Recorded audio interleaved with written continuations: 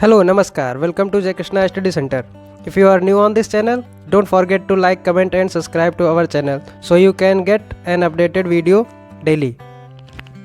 So, इस video में हम डिस्कस करने वाले हैं लघुत्तम समापवर्त एंड महत्तम समापवर्त, least common factor and highest common factor. Okay, so let's first understand what is अपवर्थ और वी कैन से अपवर्थ और मल्टीपल क्या होता है. तो देखो, अपवर्थ वे होती हैं वे संख्याएं जो किसी के गुणन में प्राप्त हो जाए, या यूँ कहें कि जो किसी संख्या से पूर्णतः विभाजित हो जाए, वो क्या कहलाती है, मल्टीपल कहलाती हैं. जैसे मैं बात करूँ 2, 4, 6, 8 तो डॉट डॉट डॉट, ये सभी क्या है, 2 की अपवर्थ हैं. संख्या 2 की क्या है, अपवर्थ हैं. इसका मतलब क्या हुआ कि ये सभी संख्याएं 2 से विभाज्य हो जाएंगी.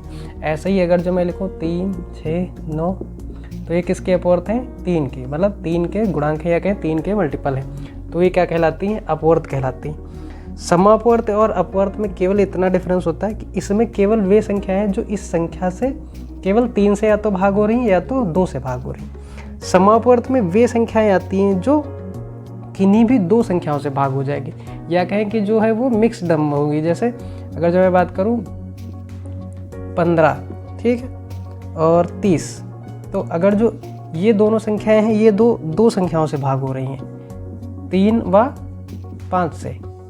तो जब ऐसी संख्याएं जो 2 संख्याओं से भाग हो जाए, जैसे 15 क्या है, 3 और 5 दोनों से भाग हो जाएगी, तो 15 है समापवर्त. क्या है, समापवर्त है, मतलब कॉमन मल्टीपल है.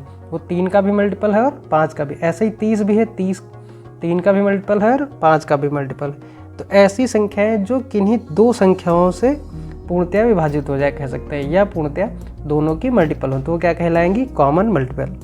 अब बात करते हैं लघुत्तम समापवर्त. अब यहाँ पे अगर जो देखो जैसे 30 है और 15 है, तो लघुत्तम का क्या मतलब होता है, छोटा. तो समापवर्त वे जो 2 से पूर्णतया विभाजित हो जाए, तो लघुत्तम समापवर्त मतलब जो सबसे छोटी वाली संख्या हो और 2 से विभाजित हो रही हो. जैसे अगर जो मैं इसी को लिखूँ तो 15, 30, 45 मान लेते हैं ये कोई संख्या है, ठीक.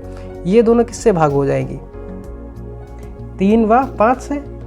तो 3 व 5 की समापवर्त ये सभी संख्याएं हैं, 15, 30, 45, ठीक है. तो ये तीनों क्या है, 3 व 5 की समापवर्त है, मतलब 3 और 5 के गुणन में कहीं ना कहीं ये आ रही हैं, या यूँ कहें कि 3 व 5 से कहीं ना कहीं ये भाग हो रही. तो इन दोनों से सबसे छोटी संख्या जो भाग हो रही है पूर्णतया वो क्या है, 15. तो 3 और 5 का लिस्ट कॉमन क्या हो जाएगा, 15 हो जाएगा. ठीक है, आई होप अब आपको ये क्लियरिटी हो गई होगी कि अपवर्त, समापवर्त और लघुत्तम समापवर्त तीनों में क्या डिफरेंस होता है. ठीक, अब चलते हैं फैक्टर क्या होते हैं, फिर कॉमन फैक्टर क्या होते हैं, फिर हाईएस्ट कॉमन फैक्टर. अब बात करते हैं अपवर्त, समापवर्त और महत्तम समापवर्त के बारे में. बात करें अपवर्तक की, तो अपवर्तक वे संख्याएं होती हैं जो किसी संख्या को भाग कर रही हों. जैसे अगर जो मैं बात करूं 12 की, ठीक है, तो 12 किससे किससे भाग हो रहा है, 1 से, 2 से, 3 से, 4 से, 6 से और 12 से. तो जो संख्या 12 है ना, ये इन सभी से भाग हो जा रही है. तो ये क्या है, इसके अपवर्तक हैं, मतलब फैक्टर हैं. ये क्या है, इसके अपवर्तक हैं. ठीक है, तो अपवर्तक क्या होती है, वे सभी संख्याएं जिससे वो संख्या भाग हो जाए तो वो उसके अपवर्तक कहलाती है. ठीक, अब बात करें समापवर्तक की, तो समापवर्तक वह संख्या होगी जिससे वो दोनों संख्याएं भाग हो जा रही हैं. एक संख्या जिससे कोई 2 संख्याएं भाग हो जा रही हूँ. जैसे 4 है तो 4 से देखो 8 भी भाग हो जाएगा और 12 भी भाग हो जाएगा. तो 8 और 12 का कॉमन फैक्टर क्या हो जाएगा, 4 हो जाएगा. ठीक है, इससे 8 भी भाग हो जा रहा है और 12 भी भाग हो जा रहा है.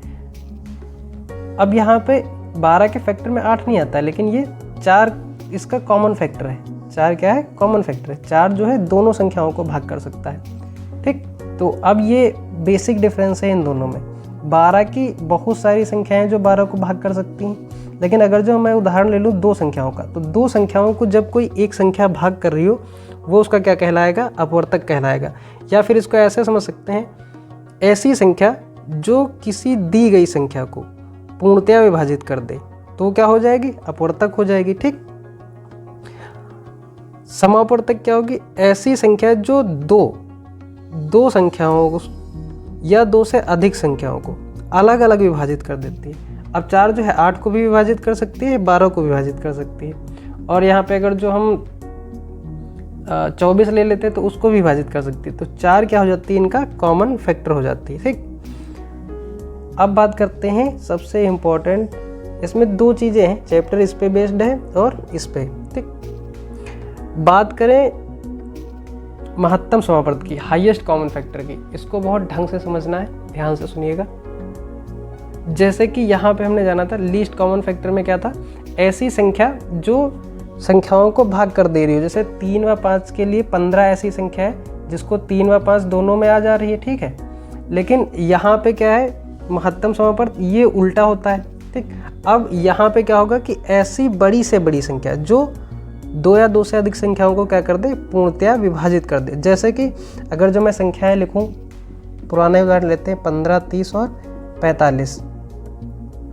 तो अब इसमें क्या है कि इन तीनों को भाग करने के लिए हम कितनी संख्या लिख सकते हैं, 3, 5 और 15।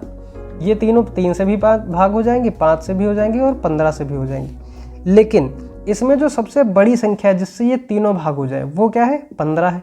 15 से ये तीनों भाग हो जाएंगे, है ना।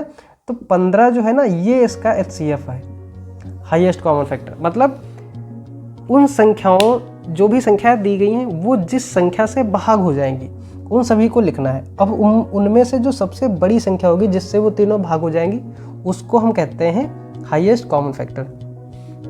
आई होप अब आप इन सब के बारे में थोड़ा सा डिस्कस करने के बाद में क्लियरिटी आ गई होगी कि अपवर्त, समावर्त और लघुत्तम समावर्त, इन तीनों में क्या फ़र्क है और अपवर्तक, समावर्तक और महत्तम समावर्तक में क्या संबंध होता है और क्या अंतर होता है। नेक्स्ट टॉपिक में हम डिस्कस करेंगे इस चैप्टर पे आधारित प्रश्नों को, उनसे संबंधित पहले सूत्र, समीकरण, ट्रिक्स, आप जो कहना चाहें कह सकते हैं, उनको डिस्कस कर लेंगे, जिससे कि आपको चैप्टर में दिए गए जितने भी प्रश्न हैं वो आसानी से समझ में आए। प्रश्न किस टाइप के रहने वाले हैं, तो प्रश्न देखो, एक तो ऐसे प्रश्न होते हैं जो डायरेक्ट पूछे जाते हैं कि 2 संख्याएं दी हैं, उनका LCM HCF दिया है, आपको बताना है कि क्या HCF होगा या क्या LCM होगा। ठीक, अनुपात पर आधारित प्रश्न होते हैं, सबसे ज़्यादा वही पूछे जाते हैं कि 3 संख्याएं दी हैं और कौन सी संख्या जो है आप बताइएंगे कि जो है इनमें तीनों में क्या संख्या कॉमन होने वाली है जिससे वो तीनों भाग हो जाएंगी। और दूसरे ये होते हैं कि HCF और LCM पे बेस्ड क्वेश्चन, कि जैसे आपने क्वेश्चन पढ़े होंगे कि 4 घंटियाँ जो हैं 10-10 मिनट के अंतराल पे बजना प्रारंभ होती हैं, तो बताइए कि वो एक साथ कब बजेंगी, या 30 मिनट में कितनी बार लगातार जो है साथ में बजेंगी। उस पर आधारित प्रश्नों की भी हम चर्चा करेंगे। ठीक है, आई होप आपको अब ये चीज़ें डिस्कस करने के बाद में समझ में आई होगी। मिलते हैं नेक्स्ट वीडियो में, तब तक जय Hind. I hope you enjoyed watching our video, found it helpful.